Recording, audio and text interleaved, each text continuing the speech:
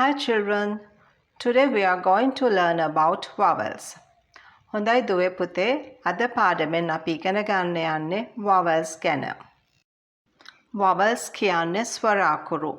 English alphabet එකේ ස්වර අකුරු 5ක් තියෙනවා. ඉතිරි අකුරු 21 consonants. අද අපි ඉගෙන ගන්න යන්නේ ස්වර අකුරු 5 ගැනයි. මේ ස්වර අකුරු 5 තමයි A, E, I, O, U ලෙස හඳුන්වන්නේ.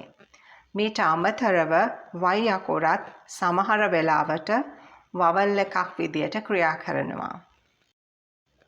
vowel අකුරු කෙටි සහ දිග හඬවල් ඇති කරනවා. කෙටි ස්වර හඬවල් short vowel sounds ලෙසත් දිග ස්වර හඬවල් long vowel sounds ලෙසත් හඳුන්වනවා. අපි මේ පාඩමෙන් short vowel sounds හඳුනා ගනිමු. A අකුර ä කියන කෙටි ස්වරය ඇති කරනවා. A says ä ä ä.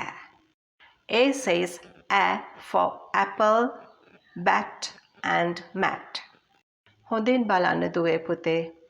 A කියන අකුර apple, bat සහ mat කියන වචනවල ä කියන කෙටි ස්වර හඬ ඇති කරනවා. Apple, bat, mat. E අකුර A කියන කෙටි ස්වර හඬ ඇති කරනවා. E says A, A, A. E says A for egg, bed and net.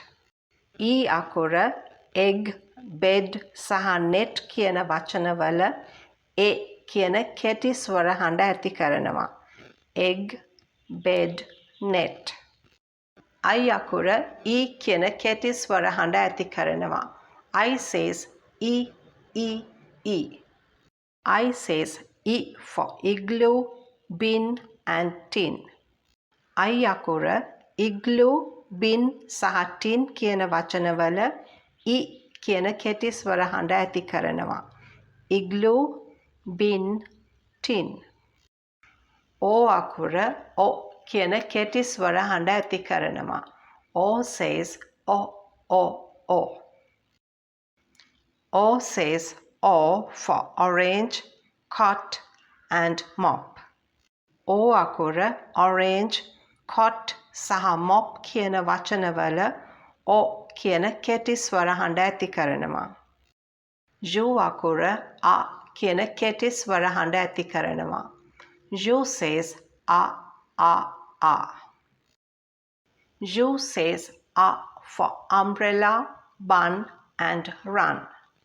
U අකුර umbrella, bun සහ run යන වචනවල A කියන කෙටි ස්වර හඬ ඇති කරනවා. umbrella, bun, run. හොඳයි දරුවනේ, අපි තව පාරක් කෙටි ස්වර හඬවල් පුරුදු වෙමු. A, E, I, O, A.